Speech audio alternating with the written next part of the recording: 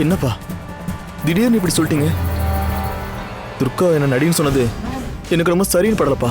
டேய் முட்டாள், இது நமக்கு கிடைச்சிருக்கிற நல்ல சான்ஸ்டா. இதை மிஸ் பண்ணிடக்கூடாது. என்னப்பா சொல்றீங்க? ஆமாண்டா, ஐடியா என்னன்னு சொல்றேன் கேட்டுக்கு. நீ திருடனை நடிக்கும் போது அவ உன்னை பிடிக்க வர்ற மாதிரி வருவா. அப்போ அவகிட்ட நீ தப்பிக்கிறதுக்காக நீ அவளை பிடிச்சு தள்ளுற மாதிரி தள்ளணும். அப்படி நீ தள்ளுற இடம் அது அந்த டீப்பா இருக்கு பாரு,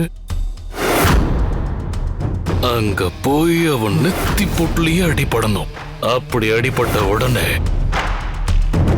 அவ அப்பவே செத்து ஒழியணும். நடிச்சு காட்டும் போது செத்துட்டான்னு பழிவு மேல வராது. போலீஸ் கண்ணு முன்னாடியே அவளை கொன்னுட்டு தெரியாம நடந்துருச்சுன்னு சொல்லி தப்பிச்சிடலாம். உன்னை யாரும் எதுவும் சொல்ல மாட்டாங்க.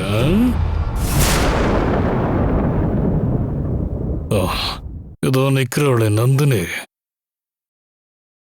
துர்காவோட சாவுக்கு பரிதாபப்பட்டுட்டு போகட்டும். நான் சொல்றது புரியுதா? அப்பா நீங்க ரியலி கிரேட்பா. இனி நான் பாத்துக்கிறேன். சாப்பிடலாம்.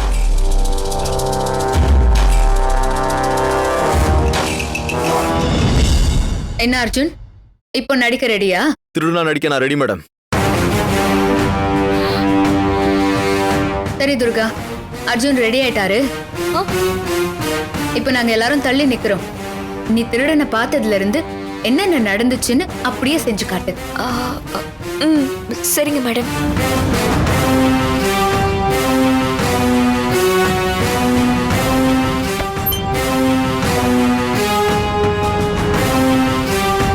சரிங்க மேடம்.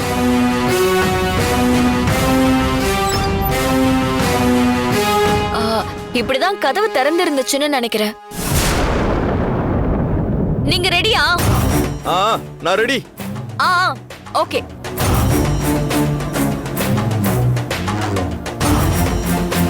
நீங்க அந்த திருட்டு பையன் மாதிரி உள்ள வரணும், சரியா?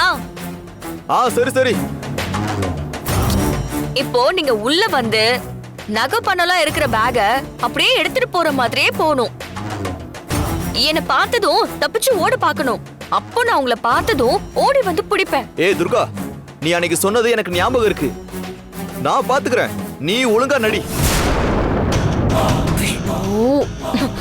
சூப்பர் மாமா, அன்னைக்கு நான் சொன்ன மாதிரி நடிச்சிருங்க.